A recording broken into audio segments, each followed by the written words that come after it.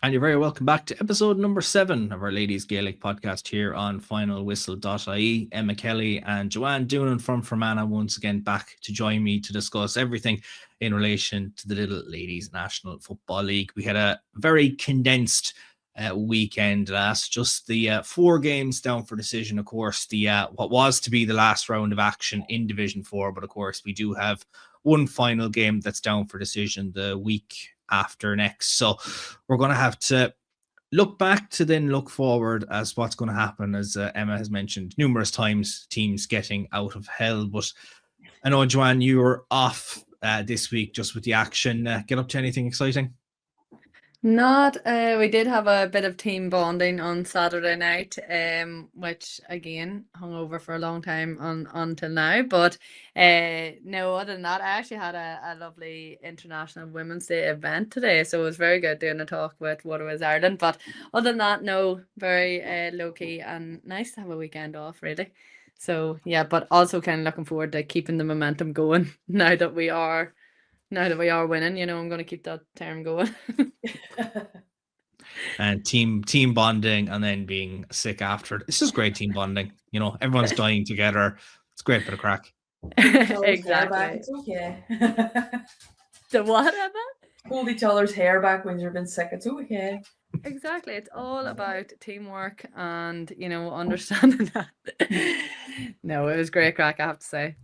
And of course, we'll be talking about the college finals that are taking place this weekend. Of course, those are definitely interesting weekends that have loads of team bonding and plenty of celebrations as well. But looking back at what we had at the weekend, of course, the last round of Division 4, as I mentioned, we do have the one game left to discuss, but we'll touch on that in a few minutes' time. Bo's main talking point was the top of the table clash between Carlow and Leitrim, and a first defeat for Leitrim in the league campaign just before they prepare for a semi-final against Sligo.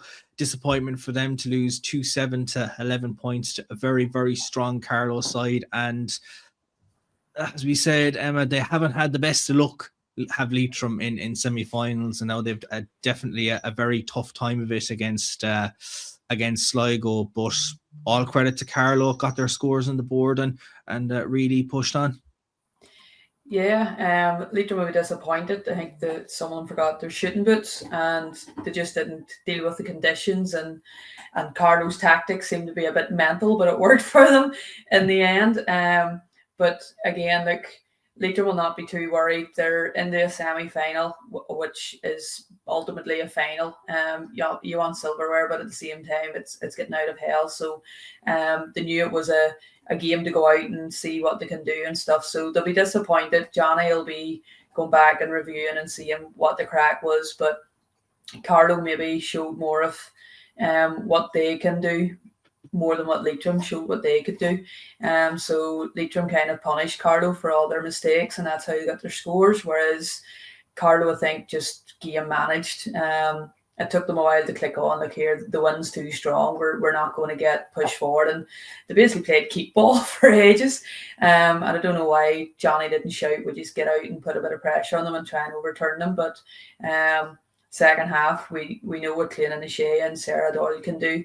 And if you have a win at the back, or if you have the wind at your back and you put a big ball into Cleana, chances are she's going to pluck that out of the sky and lay it off to someone to do damage. But as I said, Leitrim will go and learn from that. Carlo had made a few changes. So them girls have basically put their hat in the ring to say, look here, we're more than capable. Give us a shot here in the semi-final and let us show what we can do again. So Carlo will be buzzing with making the changes and the way that the girls manage the game to see it over the line. Yeah, and I know, like, looking at the halftime score, Leitrim were 7 points to 1 up. It was a very strong start. They built on it well, and then into the second half, Ava Kiernan shoots the ball into the back of the Leitrim net. Suddenly, it's almost like Carlo woke up in a sense. They just managed to go through the gears. And as you mentioned, Clean and Shea gets a goal as well. Sarah Doyle gets 4 points, including a 2-pointer. history-making moment for her to become the first Carlow player to kick a 2-pointer under the new rules. So they just went through the gears, Joanne, in that second half to get that result. Maybe they'll be disappointed that they didn't put in a full 60-minute performance against Leitrim.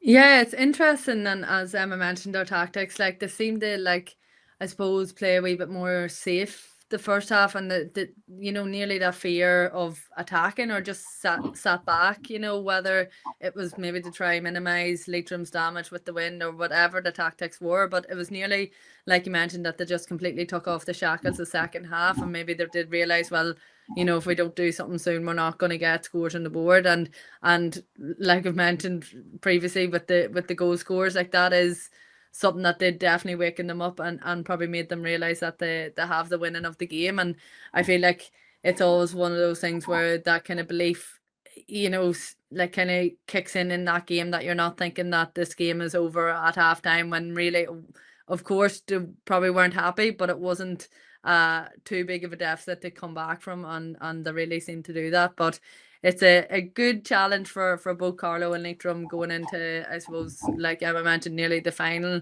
for the semi-final. So it's good to have, I suppose, those challenging games and to kind of see the character of the players, and like Emma mentioned, for a few players maybe they put their hand up and say, well, I think I'm going to see a game out in the semi-final, which is the most important part.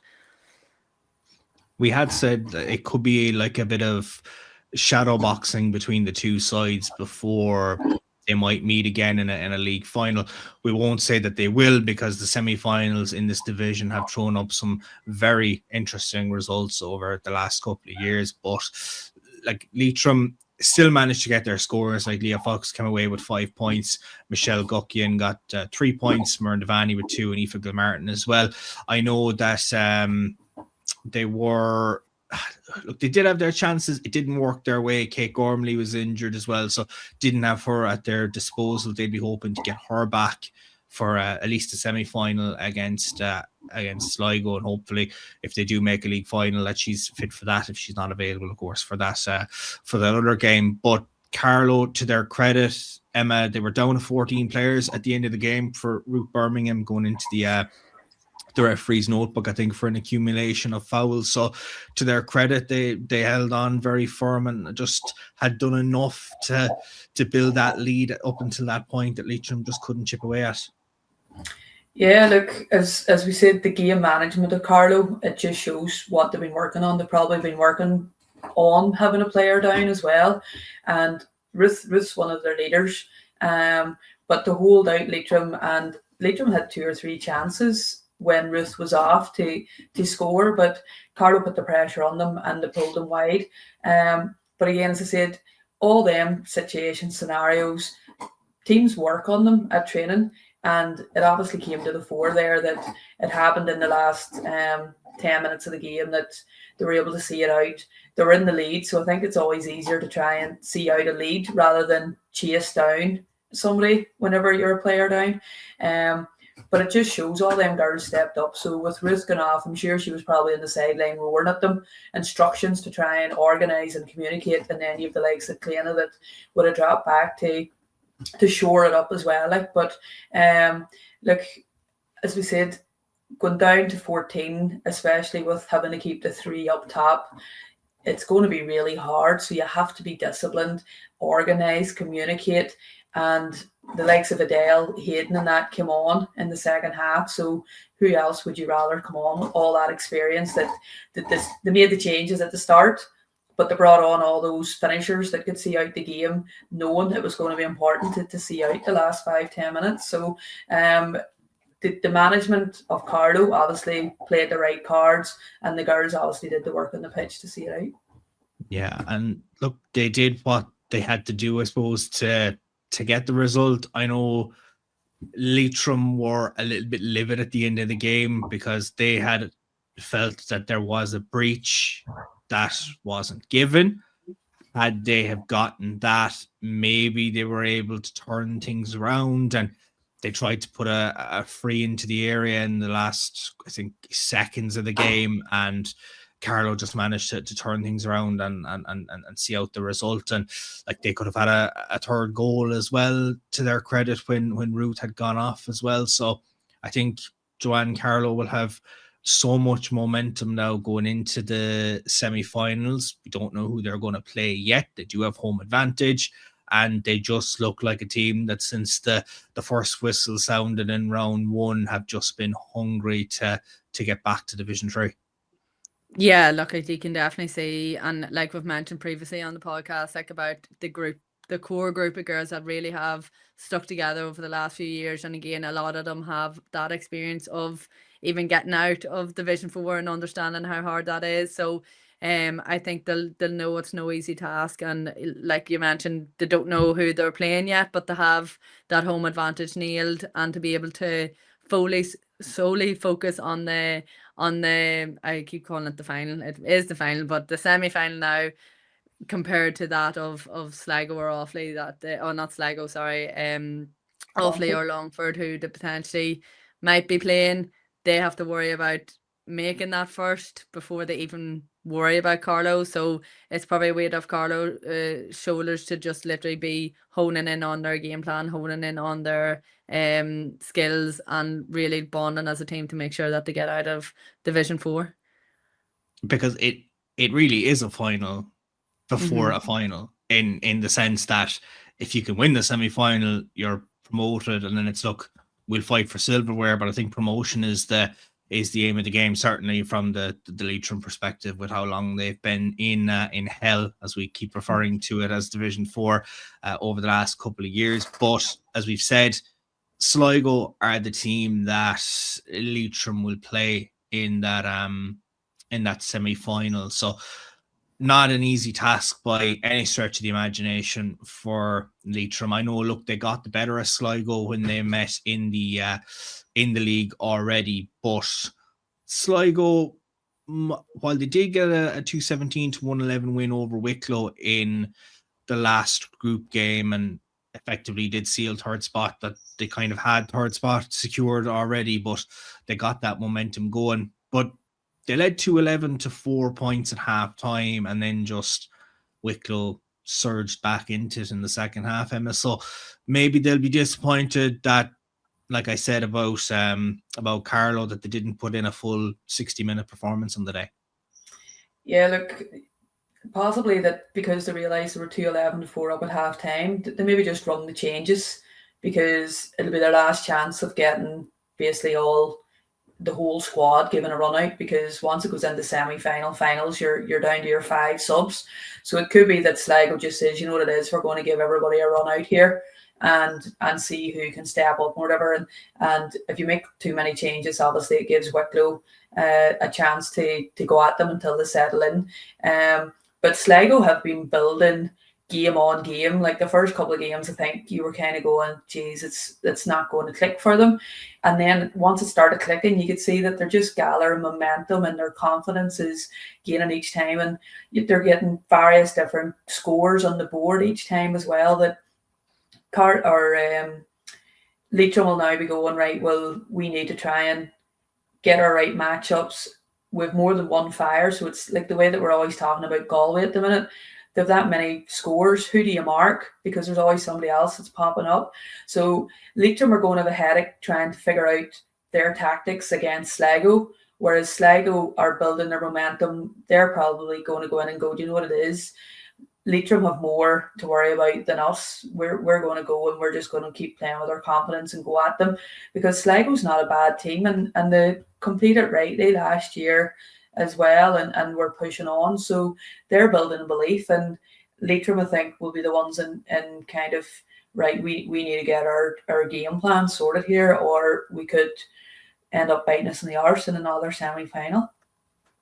Because we had said it, Joanne, last year on the podcast when it got to, the All-Ireland series, that we were looking at the two groups and saying, okay, looks like the teams that are going to come out of it and that we're going to see in those semi-finals. And suddenly Sligo got those results that we didn't think they would get, and they were in an All-Ireland semi-final, and kind of seeing it again, that they've probably taken that momentum, taken the experience that they built from that campaign, and can now say, we're well able to get our results against Leitrim. I know Sinead Regan got a goal and a point the last day, Anna McDaniel with a goal and 2, but you're kind of just rattling off the list of their scorers, the likes of Leah Duffy getting 4 points, Ellen Gribben with 3, Aoife Hearn with 3, Denise McGrath with 2 points, and then Sarah Cunny and Lauren Normanley all getting a point each. Like, they've a nice spread of scorers, and I think that's a good thing for a team to have when you're coming into a must-win game now, a big semi-final against a team that beat you earlier on in the campaign.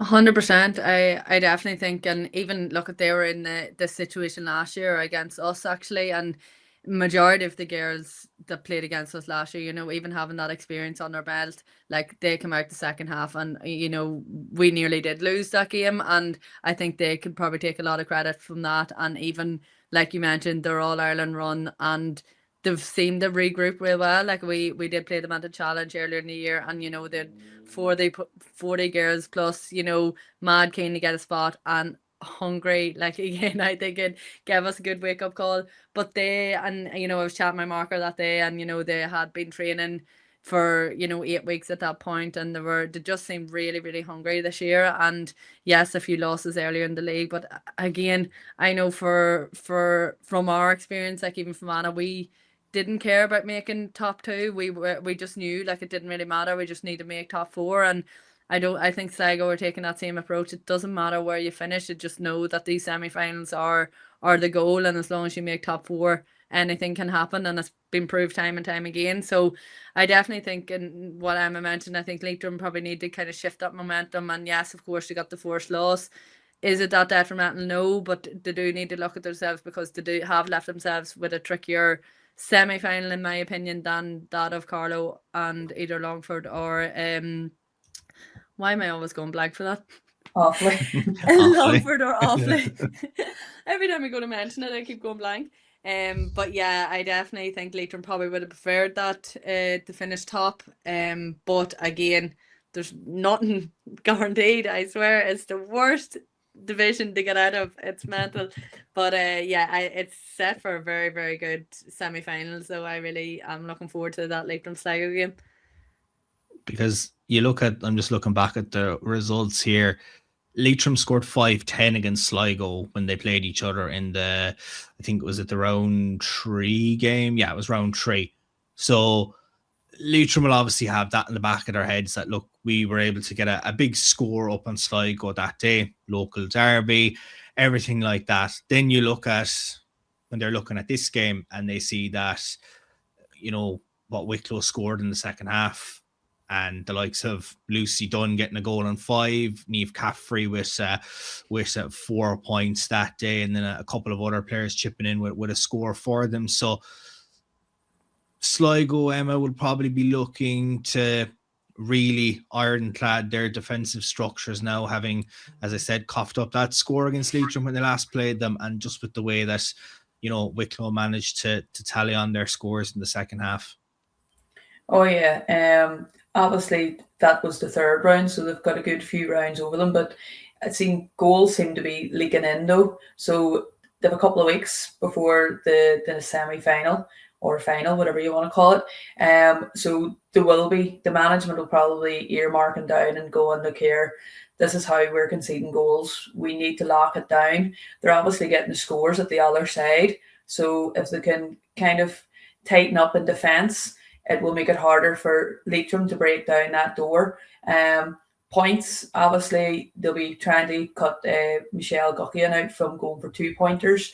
But at the same time, goals is what kind of it is. It wins games, but at the same time, if you force Leitrim, so if you look at all the shots they had against Carlow at the weekend, if you force them and put enough pressure on them, they hit it wide. So unless all them forwards from Leitrim turn up and have their shooting boots with them, Sligo's going to be in the game if they're making them shoot under intense pressure and don't let them get the goal chances. So I think Sligo management will be looking at that and going, you know what, see if we can put pressure on them and lock out the goals. We're in it, like. Yeah, I was just looking there to Sligo's record so far in the campaign. They've conceded a goal, at least a goal, in every single game that they've played in the league so far. So again, as you said there, it's probably something that they're going to want to rectify, because like look at the forwards that Leitrim have when they get going. Muireann Devaney, if Kate Gormley comes back in, Leah Fox, Michelle Guckian, like it's just a who's who of who's going to put scores on a board for you. Yeah, fantastic forward line. Yeah, it is. It's honestly impressive when you name it like that and think how they're still in Division 4, really. But it's like you mentioned, I think it is one of those things, like, again, you could be very tactical of a manager's point of view, and it's going to be interesting to see how they adjust their tactics from that round 3 game. And obviously, like you mentioned, the girls know each other inside out. They probably went to uni and all together. It is one of those things that they're probably so sick of seeing each other sometimes, but it's going to be very interesting to see how they actually adapt to stop the likes of Muireann Devaney, even the likes of Guckian, like, who's going to man mark her? Does that take one of Sligo's main players out of it? I'm thinking even Sinead Regan on Sligo's side. Like, it's going to be, I am actually very excited about this. It's going to be a very good, interesting game to see how the managers approach from both sides. Once the details are confirmed, of course, for semi-finals, we'll definitely be doing a deep dive into into previewing these games, because I fully agree with you, Joanne. Like, these two games look very hard to call, especially when we don't know who's going to be on the other side of the coin with Carlow in the semi-final. But from the weekend, Longford picking up a 319-1-5 win over Kilkenny.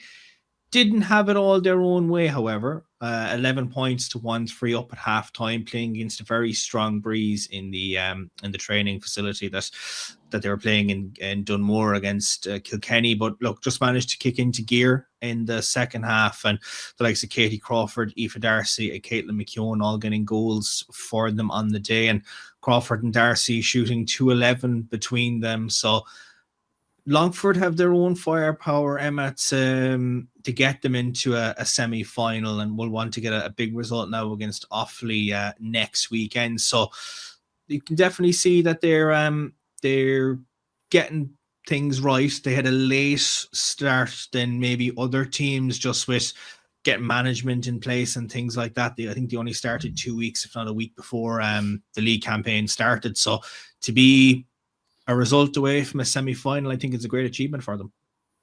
Look here, the first couple of games were probably going, it's not going to be the year. And then they started to get, again, a wee bit more consistency, getting to know the teammates. The managers were probably getting to know the players, never mind the players getting to know each other. So they've kind of got a steady team now, that it means that they know who can do the damage. They probably know each other's strengths and weaknesses a bit better too. But they've a good range of scores. They're not relying on one person. And Kilkenny didn't give it all one way to them, which is probably a good thing. You don't want a really, really easy game. Yes, they scored loads, but they had to work for that as well. And it's probably a confidence builder, because the likes of Katie and Aoife scoring 1-6, 1-5, you're going, right, they've got confidence. Some of them were frees, so at least now they know their shooting ability, and kind of building them up, going into basically a final before a final before a final for them. So like, they have to travel to Offaly, so they'll be glad to just get a wee bit of shooting practice under the belt, probably a lot of minutes under some girls' games, game time and stuff too. But as I said, look, they've been slowly building, and I think they're sneakily getting in to they could sneak fourth spot, and nobody would have seen that coming just because of the late start and a couple of results at the beginning of the year. So fair play to them for pushing on. And look, Offaly only come down from Division 3, and Longford have been rebuilding, new management, new players, losing a lot of girls, blah, blah, blah. So they'll probably be going, do you know what it is? We'll go to Offaly and we'll throw the kitchen sink at them. Offaly's the team that want to kind of go at it, not us. Like, so, but they'll be confident and ready for it. And you're right in saying it is a final before a final before a final.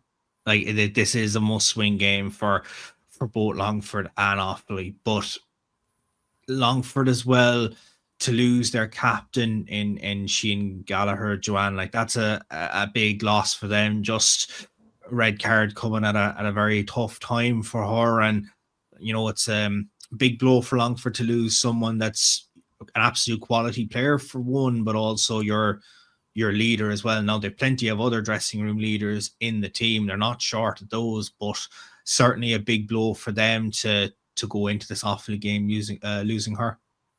Yeah, definitely. Like such a key player, and like you mentioned, sometimes when it happens in a game, it might give a team a boost. Sometimes, like if anyone gets in bin or something like that, or a red card, it might actually boost a team that's actually down a player to kind of be like, right, come on, we need to knit together. But I suppose when that kind of wears off and you're going into the next game without your captain, it does kind of sink in. And like Emma mentioned, like I suppose the way they've started this year, they've probably relied so heavily on being player led, and it's up to those players to drive the standards as the management come in late.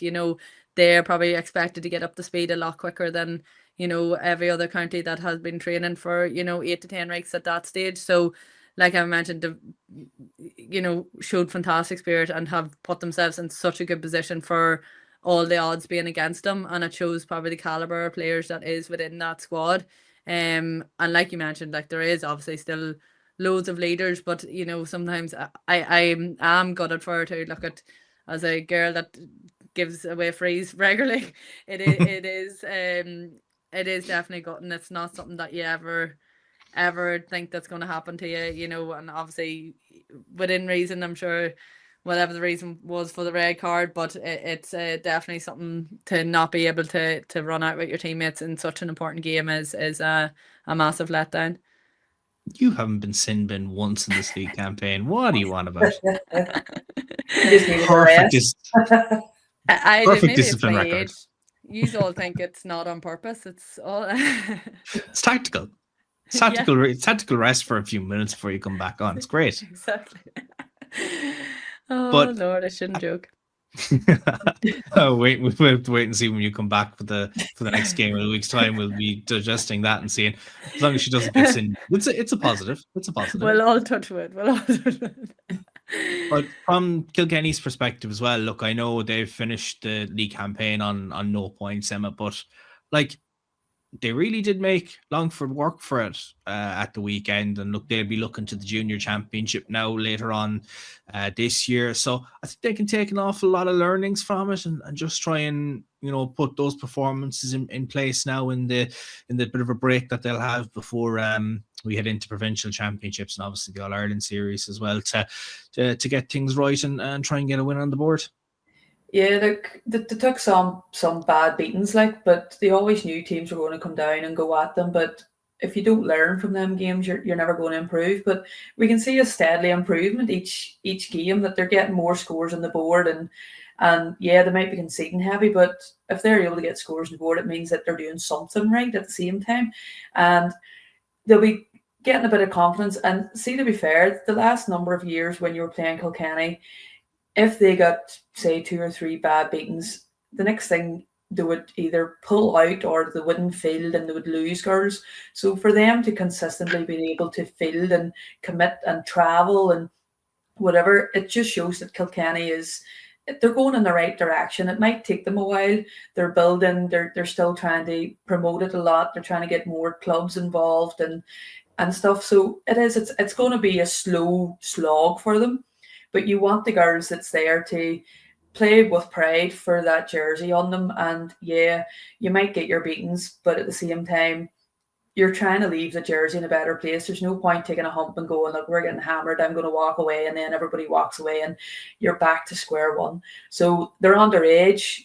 I'm constantly seeing that they're out, they're under 16s, they're minors or 14s.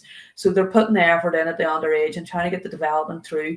It'll eventually come at senior. It will take a while, but it's just great to see them actually committing to the league and finishing the league out without not fielding in one of the games due to not having enough players. But look, they're steadily progressing, and I'm happy to see it. To be fair, you don't want to see a team walking away or folding, and they'll take it into the junior championship. The draw mightn't be too friendly for them, but at the same time, look, they're building. Yeah, and look, they won, they had a club win an All-Ireland title in the club championships at the latter stages of last year. So what they're doing is obviously working down there. It's just they're coming up against those teams that have been thereabouts for the last couple of years, have, hundreds of players that have come up and had the experience and so on and so forth. So no, definitely what Kilkenny are doing is positive. It's just unfortunately the results again in this campaign just don't speak for the volume of the effort that's going into it. But I know we had her on the podcast last year when we were previewing the All-Ireland Junior semi-final, and now we're looking ahead to a final before a final before a final. But I managed to catch up with Longford forward Katie Crawford just to chat about that result against Kilkenny, and looking ahead to their battle now with Offaly. Now, with that race to determine just who will be the last team in our semi-finals in Division 4, delighted to be joined by Longford's Katie Crawford. As we spoke about on the pod there, Katie, fantastic performance from yourselves to pick up another win against Kilkenny at the weekend. Now, looking forward to a big game now with Offaly in a week's time, just to determine who's going to make that semi-final spot. Yeah, well, Chairman, how are you? Yeah, so we definitely needed the win against Kilkenny after the Carlow game, but yeah, it was good just to get the win under the belt before the Offaly game. Now give us a little bit of confidence going into it. Absolutely. I know the last time we spoke would have been preparing for a semi-final in the championship last season. Now it's maybe we'll get to a semi-final, but Offaly, look, they're a very strong team, had a strong performance as well. So both of you will be coming into the game with a bit of confidence. Obviously, we'll have that week break. I know we've all the college games this week, so it's probably better to wait another week, but I'm sure from your perspective, I'm sure Offaly would feel the same, that you would love to play the game this weekend and just get it over and done with.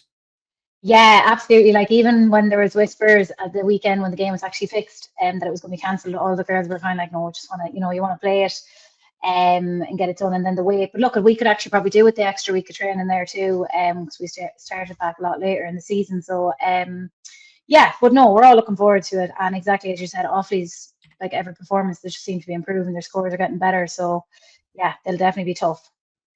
And you put up a good score against Kilkenny. I know at half time, probably, wanted to improve on it. Kilkenny really gave you a tough battle of it in the opening 30 minutes, but you hit that all important next gear to push you through in that second half.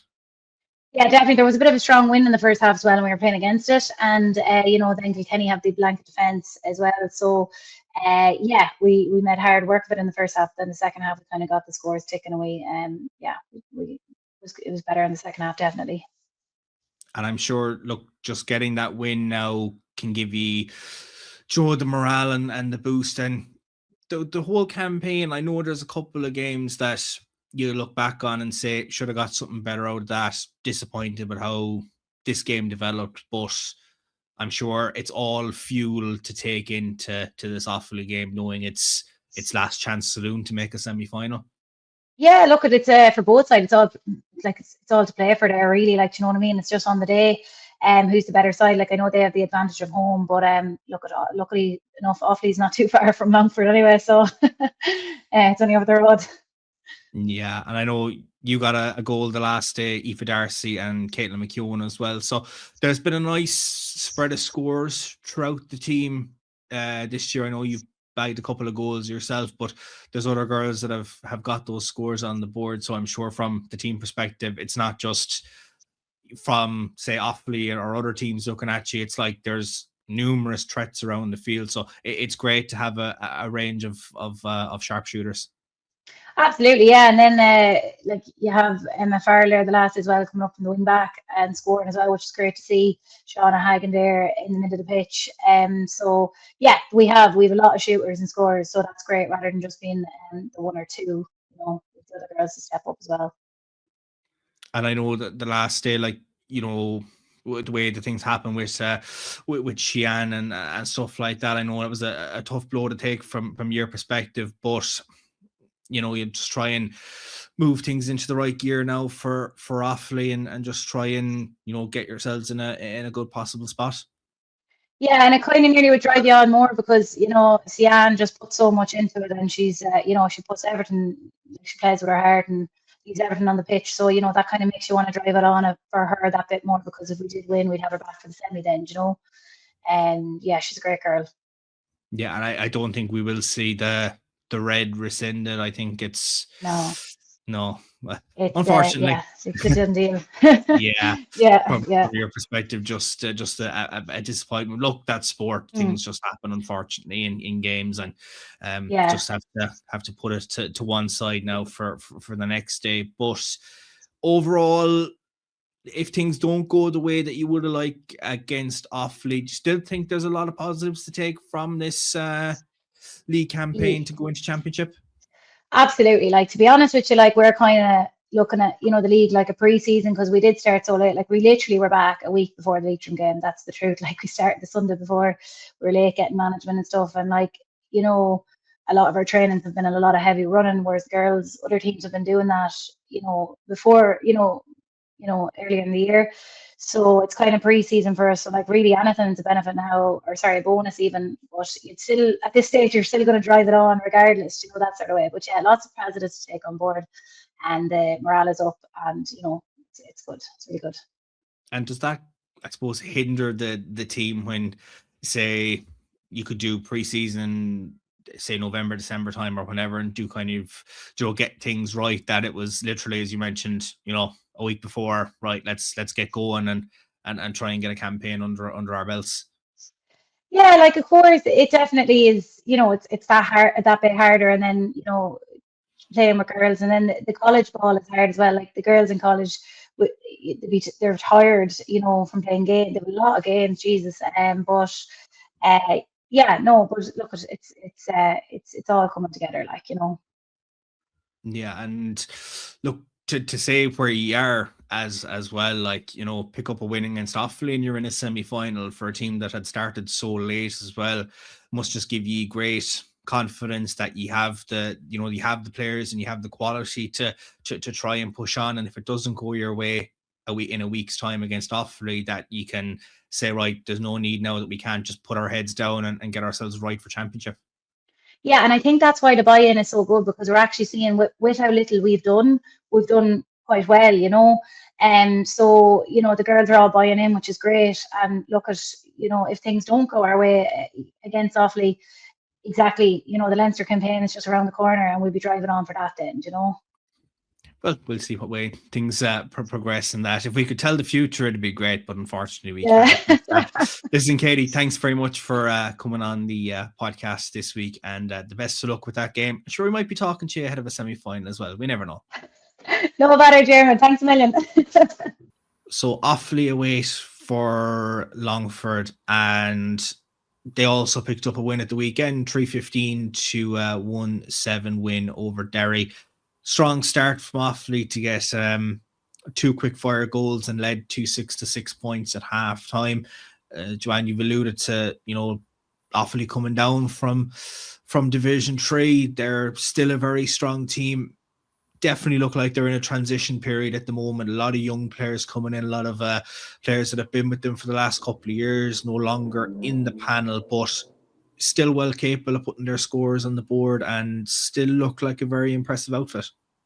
100%. I think, like you said, they're definitely rebuilding, but as it nears the end of the league, like, obviously those first round league games was giving them that wee bit of I suppose practice, and they've really kind of grown each week, and they've progressively got better and better, and hence why they're in a position to be pushing for 4th spot here. And I think even they can take great credit from, look, like last week Derry nearly beat Leitrim. Leitrim are obviously finishing second. You can take a lot. Obviously, I know each game's gonna be different. Derry did travel down to Offaly, but it's definitely something that you can take a lot of credit from. And even the likes of like Sarah Doyle, there's still some fantastic young players, that are, funny I would say experienced, but young experience, but really, really good to keep pushing on. And again, with the range of scores that Offaly had against Derry, that you would be kind of thinking they're going to be hard to stop. And Longford will be kind of doing up their homework on that, and how to I suppose, counteract that. But like the likes of Emma and Emma Maher all getting scores on there, like, and it's going to be another interesting game that is all to play for. Yeah, because like Offaly have had some very close battles with teams in the league so far. Just didn't go their own way in those games. To see them, now needing this result against Longford to ensure that they make a semi-final, but it was a home game. It's a win at home to prepare for another game at home against Longford. Longford won't have as far to travel as Derry did at the weekend, but still, it's home advantage, Emma, for them. And as Joanne mentioned, Sarah Doyle, the other Sarah Doyle, not the Carlow one, getting 2 goals and 5 points, scoring 3 frees. Michelle Mann with a goal and a point. Cuivan Lynham with 4 points, all coming from frees. So maybe Derry's discipline was at fault there, because Emma Han got 2 frees as well. And then, as you mentioned, Emma Marr, Faith McDermott and Nicole Buckley all getting points as well. So while Derry did get their fair share of scores too, Emma, they'll be disappointed with how the campaign has gone, but it's another big momentum boost now for Offaly. Oh yeah, just to even see the range of scores, and there's not many teams that you turn around and say, oh, we have 3 confident free takers. Sometimes you end up having one at each side, or some teams will just have one that has to go both sides and go for it. But look, Offaly, as we said, have been building. They've been in Division 3. They know what it's like. They know what it's capable of. And they were probably fuming last year that kind of it hit the fan that they come back down. So they're obviously adamant to get back out straight away. And they're building and they're pushing. But as we said, 9 points from free kicks. Like, if that had been any other team and they had the discipline and didn't give them away, it would have been a far closer game, and it would have pushed Offaly then to their limits of, can we hold on here? What can we do? But a game management. So Derry will be disappointed for conceding all those frees. But fair play to Offaly for obviously converting them, because you give away frees all day if you know you don't have a confident free taker on the end of them that's going to just hack them or whatever. So, but Offaly's going to be going here and just saying, do you know what it is? Longford, you're coming to our house. We're going to have every supporter out. The promotion will be big this week because, again, as we said, home game. It's a final before a final before a final, and they're going to want to get across it. And home advantage is massive. They can pick whatever pitch they want, whether they want to go short, they want to go wide. They'll be doing their homework, rightly. They'll be getting the spray out if they need to sniff it, a bit like for Mana. It'll be all the different stuff. But Offaly will be going, you know what it is? Home advantage. That's basically 2 points on the board for us straight away. Can we make it count? And they'll be going at it like. Absolutely. And from the Derry perspective, look, they battled away, but unfortunately just not going their way after a strong performance against Leitrim prior, Joanne. They just couldn't put it together. But still, the likes of Annie Loughlin with a goal and 2 points, Gemma Shivers with 3 points, Clodagh Moore with 2, and Anya McAllister. So Derry are still a very strong team. They'll be looking ahead now to what comes next in terms of championship football, but still a very good team that you wouldn't be writing off come championship. No, 100% you wouldn't be writing them off. I think probably they can take a lot of confidence from that game against Leitrim, and of course, really it doesn't make a difference right now, but they can take a lot of learnings from it, and I think they need to use that confidence coming into that championship. And again, Derry has always been that team that's been knocking about, and it does just take a good, I suppose, run of games for them to really just kind of see that the talent is there within the county. They probably just need the belief in themselves, and probably need that belief back in from the management and county board to really, I suppose, invest in them and invest in the football down there, and obviously, more than any other county, they can be competing a lot with the Camogues as well. So it is hard to probably get all the best players out for Derry, but they've definitely, obviously they probably haven't finished where they would like to in the league, but like you said, I think they should be taking confidence from some of the performances going into championship. Yeah, here's how the league table looks as far as Division 4 is concerned after round 7 of action. Carlow topping the table, 7 wins out of 7, 21 points, and go into the semi-final as the undisputed top seed.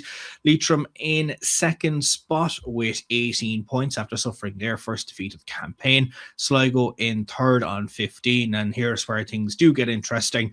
Offaly in fourth spot with 9 points. Longford in fifth on 9 points. Of course, both of them meeting on the 22nd of March to determine who's going to make fourth spot. Of course, a draw enough for Offaly to advance. However, Longford need to win due to the mathematical points difference in favour there of Offaly. Wicklow in sixth spot on 6 points, ending the campaign. Derry with in seventh place, should I say. 3 points on the board, just the one win for them. And then bringing up the rear is Kilkenny in 8th spot with no points on the board for them in this campaign. So that is the wrap up of what we had in terms of Division 4 for the weekend. But plenty of other things to discuss. I know we won't be coming back to action until next weekend, the 21st of March. We'll see plenty of games back, and obviously the 22nd as well. So next week's show will be very much previewing all of that. But we did get a bit of information during the week in terms of the way that the draw is going to pan out now for the TG Carr All-Ireland Championships, both senior, intermediate and junior as well. So senior championship draw in Group 1 will see the Ulster winners against the Munster runners-up and the Munster fourth place team. Group 2 will see the Munster winners against the Leinster runner-up and the Munster third place team. Group 3, we have the Leinster winners, the Connacht runners-up and the Ulster third place team. And then Group 4 is another tough one with the Connacht winner against the Ulster runner-up and the Leinster third place team there. So very interesting senior draw there, guys. A lot of, it's not going to be easy for any team depending on where they finish up in the provincial championship. Emma, there's an awful lot of tasty fixtures already there that could happen depending on what way things pan out. The championship's never going to be easy, but the second group with the Munster winners in the third, and then the Ulster, it could be massive, because if you the likes of Waterford, Kerry, Cork, who else is senior down there? Tipperary. So you're kind of going, hold on, like at the minute we can't pick between them in the league, never mind in a championship. Mm-hmm. So that one's going to be hot straight away. And then if you add in the fourth one with Connacht, you're just going, this could turn out mad. Like it'd be like last year where there was teams you're expecting to get out of the group and they didn't. They just fell to the wayside, and you're going, what the heck is going on? So teams will be looking at that and going, right, okay, that this is the kind of group that you want to be. You don't want to be here. But again, it's going to be a free for all, and it's going to come down to the luck on the day of who can get what. So be interesting to see, and we'll see who goes on holidays and honeymoon and all in the middle of that too. Because you see the likes, obviously Connacht this year is just going to be between Mayo and Galway. So whoever wins out of that, whoever loses, blah blah blah. So you look at the likes of Group 3 as an example. So the Leinster winner could be Dublin, Meath or Kildare, whoever comes out on top of that. Then you have the Connacht runner-up. So say Mayo or Galway, whoever doesn't come out of that. And then you have the Ulster third place team. So it's Tyrone, Armagh or Donegal. That looks like the group from hell. Because you could say, right, Dublin could win Leinster again this year. Dublin win Leinster. Mayo might finish runners-up or Galway finish runners-up, for argument's sake, could say Mayo. And then you'd have the third place team, maybe Tyrone coming up this year, new to senior football. Like that draw, Joanne, for any team is going to be hectic when only 2 are going to make it out of that group phase.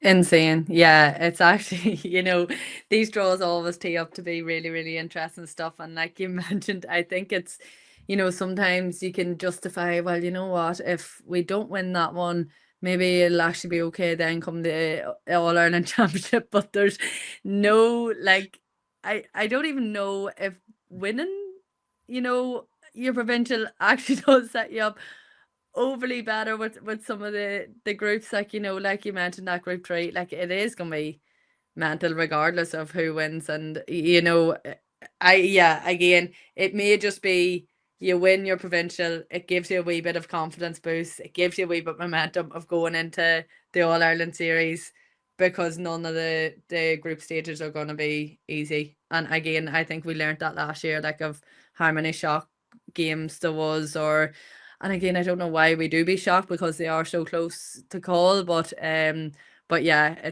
I'm already looking forward to coming on here and be like, what the hell happened there? Or Some teams could be going, we'll finish third. Tactical. Yeah.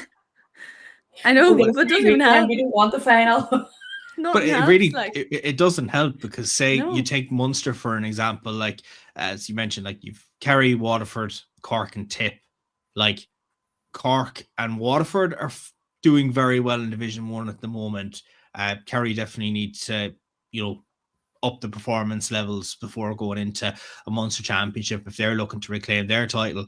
If they were to win it, you're looking at them playing a Leinster runner-up in, obviously, Meath and Dublin were in the final last year, so for argument's sake, one of them again.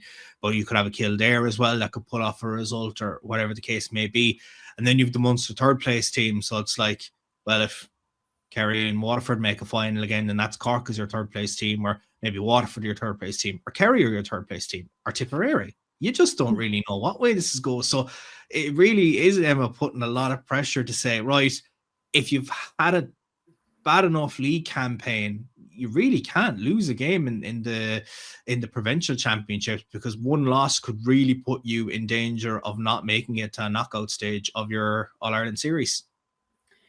Look here, it's championship football, and winning your own province is something that a lot of people want to do, because if you get that, it's not that they think they're going to get an easier round. It's kind of just being able to say, we've won an Ulster title. You want every bit of silverware as you go. And looking at them groups, there is no easy group, no matter what. Like, so you might as well try and get the silverware in your own province, because the chances of getting to Croke Park could be threw out the window if you don't turn up on the day. Like, so it's going to be exciting, and hopefully a lot of them's live streamed in TG4.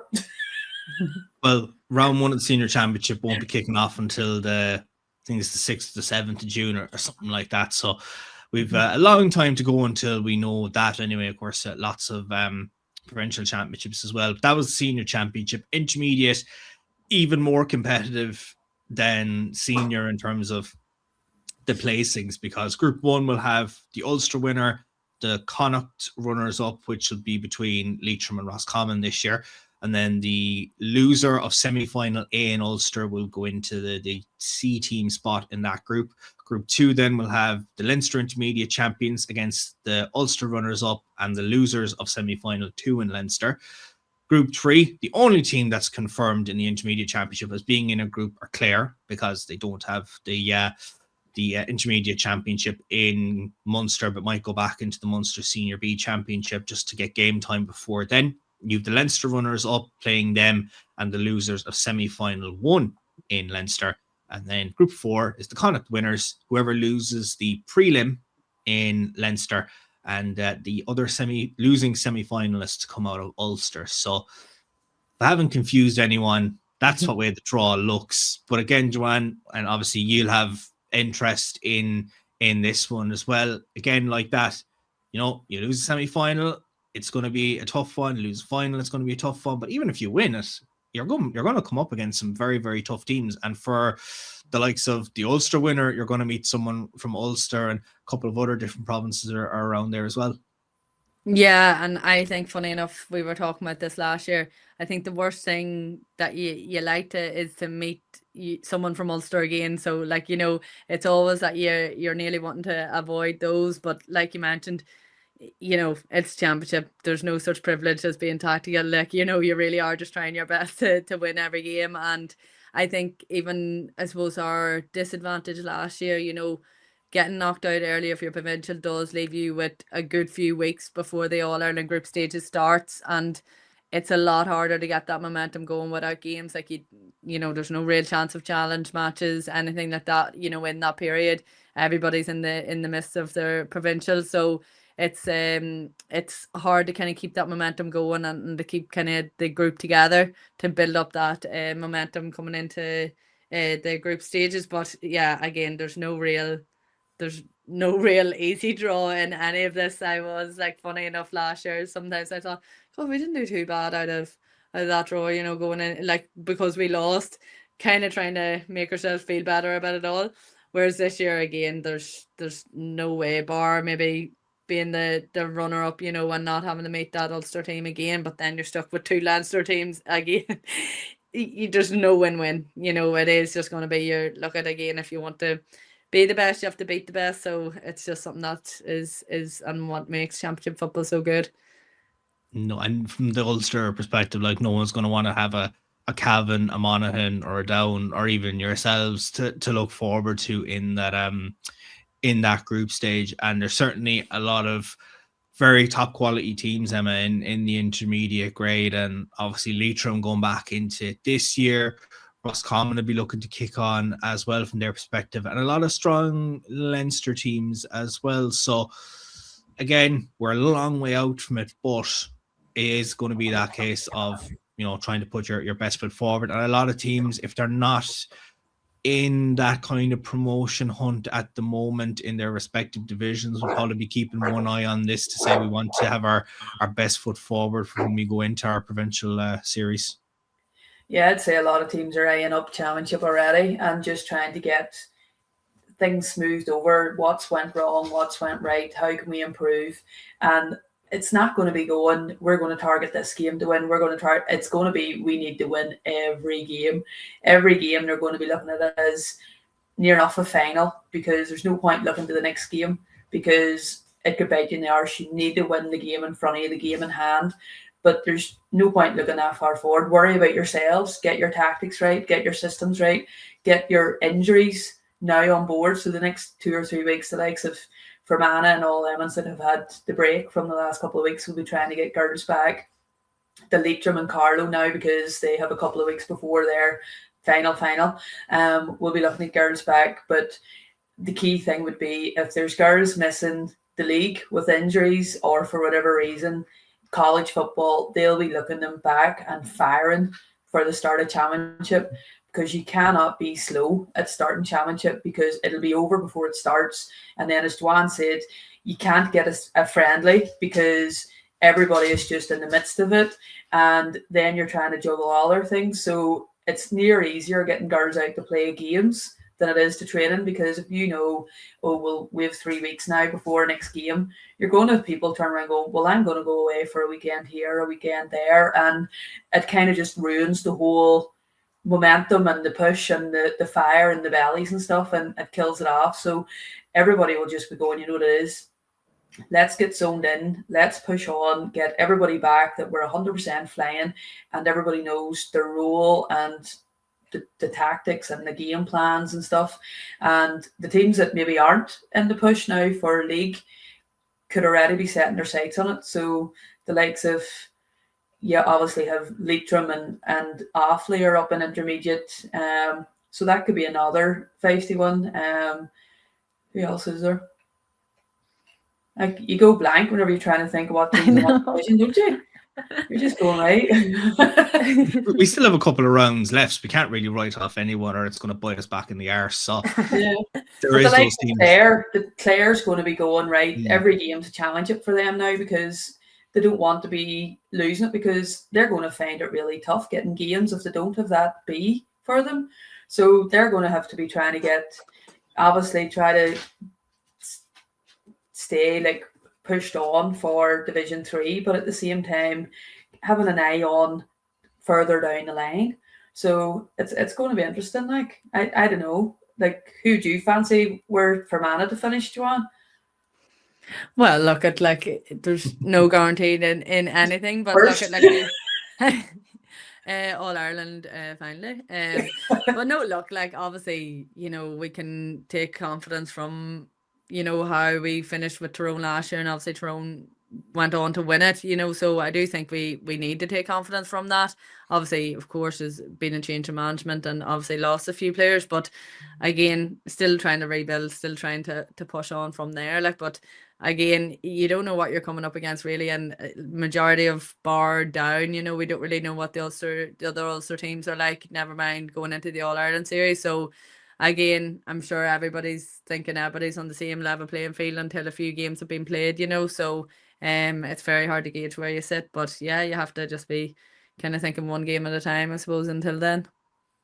Well, Sunday the 31st of May is when the intermediate championship will kick around. So you'd want to be back from the honeymoon around then for the opening round for the championship for Fermanagh, and hopefully they will have you back. Junior championship next on the agenda. This one is a lot more straightforward because there's no chopping and changing in terms of who's going to finish where. It's just a straight up Group A versus Group B. So Group A, we have Kilkenny, Derry, Longford, Offaly, who've dropped down after being relegated from intermediate last year, and then Antrim, who were the finalists from last year as well in that group. Very tough Group A. Then Group B, we have Carlow, London, Sligo, and Limerick. Sligo, you know, we've spoken about them and how they got on last year in that group. Carlow have to travel to take on London this year, and obviously London as well are one of those question marks, Emma, because they obviously haven't had the league campaign like the other gang, and you know the rule changes and everything like that. So for them, it's going to be an interesting one to come into it. And you know, you've a Carlow team that are top of Division 4 at the moment, a Sligo team that are in a final before a final, and a Limerick team that are kind of trying to regroup and push on with a younger squad this year, all in that group, and you've to play every single one of them. Yeah, that would be the tougher group out of them. Obviously, travelling to London, Carlo will probably be trying to be smart and use it as a bit of team building after it as well. But London's the unknown. You don't know each year. You turn up and you're going, all right, when did they go to there? All right, okay. You don't have a clue who they're going to have, and it's just a complete surprise package, especially for the first game. So whoever has them first, you're going to be going, right, okay. But then in the London home game, they're going to have people that maybe can't travel for the other ones, that all of a sudden they have a completely different team in that game against Carlow. So it's going to be a surprise package. It will be interesting to see how they adapt to the games rules wise. You would hope that they're training that way just to kind of get used to them. Otherwise, it is going to be mental. But that's a tough group. Sligo last year, I thought they had Antrim on the ropes and just couldn't see it out in the semi-final. Limerick are obviously playing Division 3. They're struggling, they're regrouping, but the league's going to help them massively. So they'll just be going, you know what it is, the league's the league, and there's nothing we can do about it. But junior championship, we will target that and go at it. But you have to fancy Carlow just by the way they're going, and probably Sligo out of that group just because of Limerick's form at the minute and London just being unknown. And before they played their final, before a final, Longford and Offaly will both have each other in the junior championship as well. So they'll be absolutely sick of each other once the junior championship rolls around. Obviously, you've Kilkenny and Derry there as well. So all familiar with each other from Division 4 of the league, and then Antrim coming in as well. And look, they're flying at the moment in Division 3, doing very well, looking to get promoted to Division 2. Obviously, finalists last year, Joanne, they've a lot of momentum behind them. They'll certainly be favoured to come out of that group in top spot. But of the other four teams, like it's anyone's guess as to who could make that semi-final. I know, and I always say this, there's no guarantee just because you made the final last year, you know, that you're gonna be guaranteed to get back again this year. But like you've mentioned, like the four Antrims in at the minute, you would be now, if you were in the gambling, you would be thinking you'd put your money on them.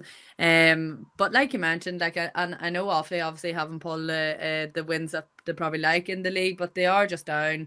You know, you'd like to think that they're able to kind of pull themselves together for for that championship, to at least be competitive, if not have their sights set on making at least the semi-finals of that, because like you mentioned, again, anything can happen, and I don't want to eat my words, but you would be looking at Offaly and Antrim, and again obviously Longford up there too, for being really competitive. Derry and Kilkenny probably, again, if you're just basically going off league fixtures or league results, you would be thinking that they are the ones that's probably going to have to prove themselves more. But again, it's championship, baby. I love it. You just don't know, and I feel like I've just been caught time and time again, so I'm trying to be so diplomatic about who's going to come out on top. Everybody's a But winner. I probably would put my money maybe now on Antrim at least making it up there, and Cardo to see it out. But again, Sligo could. Oh God, it's gonna be interesting. I do love a bit of junior championship too. So good. Well, we can't really back Antrim again after the All-Ireland final last year, because that did come back to bite us in the arse. So you just don't know what way championship can happen. It's fun. It's a fun time of the year. But this year, alongside those three championships, we also have an under-20 championship coming into it as well. It's a bit of a different thing to add to it this year. So we do have to have a draw to kind of determine the fixtures of that, but we'll have Galway, Mayo, Dublin, Meath, and Cork are going to compete in the competition this year. Each team will play 2 home and 2 away matches, with the top team emerging to play the Ulster champions in an All-Ireland final on Saturday, July 11th. And there's a lot of competition from Ulster. We've spoken about the provincial series and losing games in that, but Ulster will have Cavan, Donegal, Down, Fermanagh, Monaghan, and Tyrone all entering teams in the under-20 championship this year, Emma. So nice to see it from a developmental player perspective, that girls can get a chance to play on All-Ireland series that mightn't get a chance to feature for their counties in their respective championships. I know a lot of counties already do have a lot of under-20 players starting for them on the regular, so nice to see all their players get a chance. Yeah, it's nice to see the fringe players that maybe just missed out on the, say, the 30 squad, getting a chance to put on the jersey and try to develop and improve and play against other players of the same or better caliber too. And it's always a chance then for the senior managers to look and say, well, actually, how did we miss them? Or also you've late developers, and you've maybe guys that took a break for a few years that all of a sudden fit into that age bracket, maybe went to college in England or whatever, like, and have came home. So it's great to see. Like, Dublin have had one as years, because we used to go down and play them in challenge games, and swear to God, you were just going, what the hell? What was coming at you at that point? I think Jennifer Dunn and all Emmons were playing at that point, and you're just like, what? They were massive even then. No, it's great to see. Is that the Aisling McGinn one? Is it, or is it is it named different again, or?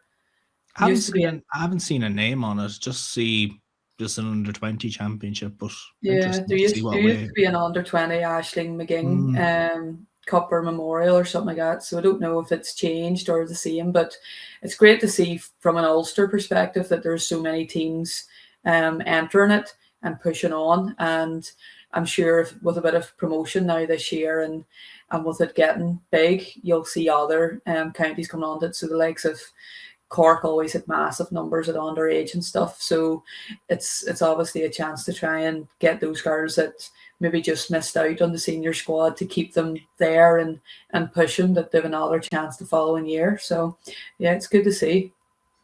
And I suppose, Joanne, from like your player pathway perspective, like the dropout rate for women in sport is quite high. And look, if a player is developing quite well at underage level, and then it gets to the time where you're leaving minor and you're going into senior football, and they're not quite ready or something like that, that this is a great thing for them, that they can play a very competitive championship. And certainly with the teams that are entering it, it's going to be a competitive series for those girls.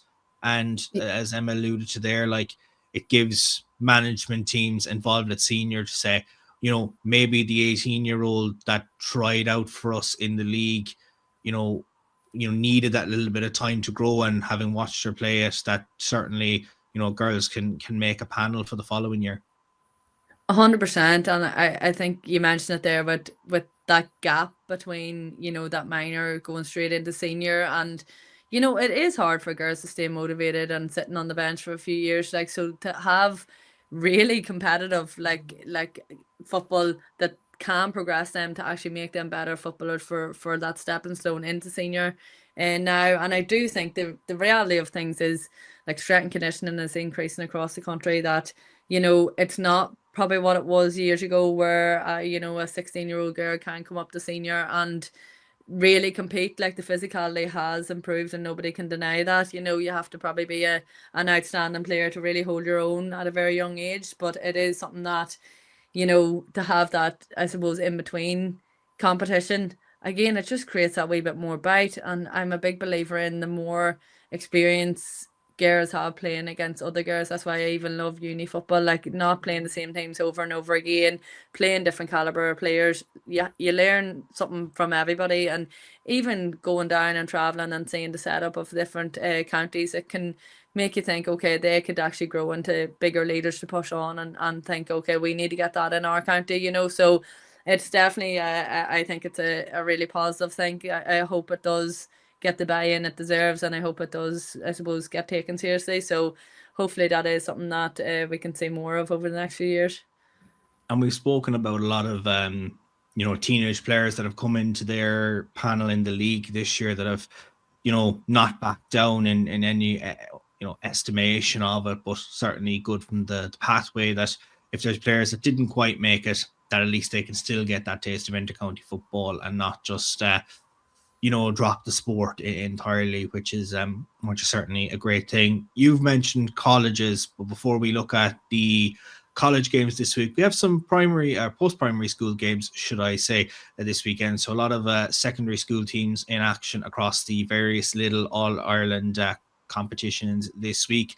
On Tuesday, we had the Senior C Championship semi-final, St. Anne's Secondary School from Tipperary winning 6-5 over Loretto Secondary School in Swords. 6-5 to 11 points, should I say, was the score there. On Wednesday, the day this podcast goes out, we have two Senior B semi-finals.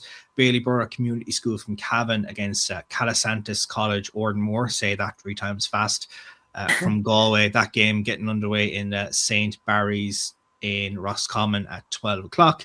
And then the other semi-final, Coláiste na Skellige from Carsavine in Kerry taking on Coláiste de Vrida Kearney from Wicklow. That game in Mallow gets underway at 2. And then on Thursday, we have the Senior A semi-finals. St. Joseph's Secondary School, Spanish Point in Clare against Moat Community School from Westmeath.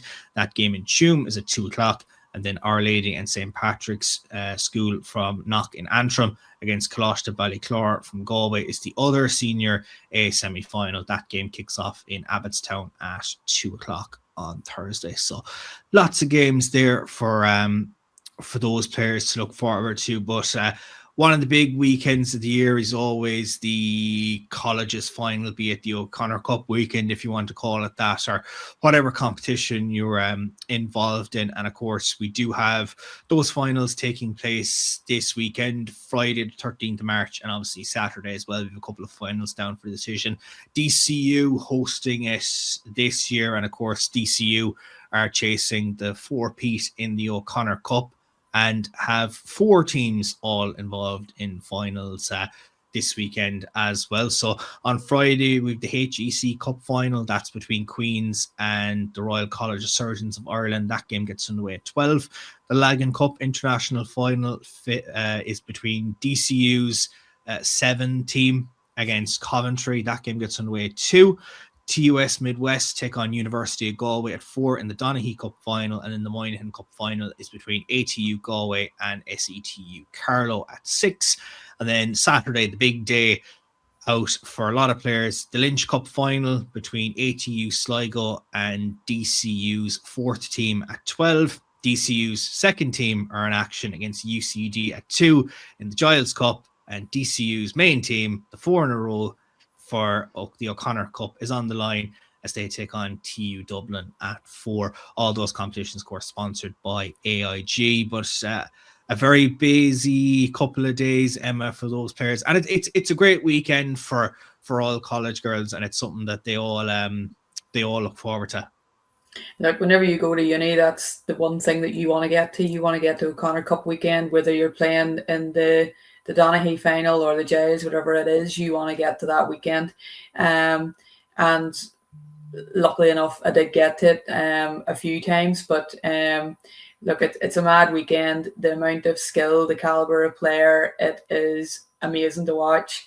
And look, DCU having 7 teams and 4 of them in the final, like they might as well, I know they're hosting it, but they might as well camp out and just have their own supporters club in the corner. Like, but look, fair play to them for being able to get that many girls out and committed. And as we were talking about before, getting the managers to take them and everything else, because some places struggle to get for the first and the second to get managers, never mind sevens.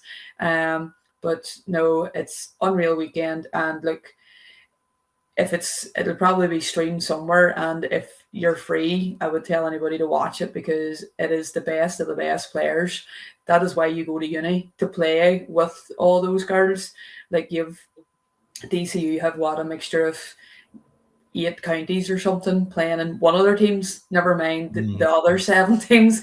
So it's just unreal, like and it's what you'd say, it's memories for life. Like I would have been Polly girl, and it would have been like, it's your friends for life would have been our motto, and it's the way it is. We're always still meeting each other and having the crack, and Joanne's probably the same with Queen's girls and whatnot. It is the best football that you can play, so that is why you go to uni, not for a degree, to play the football.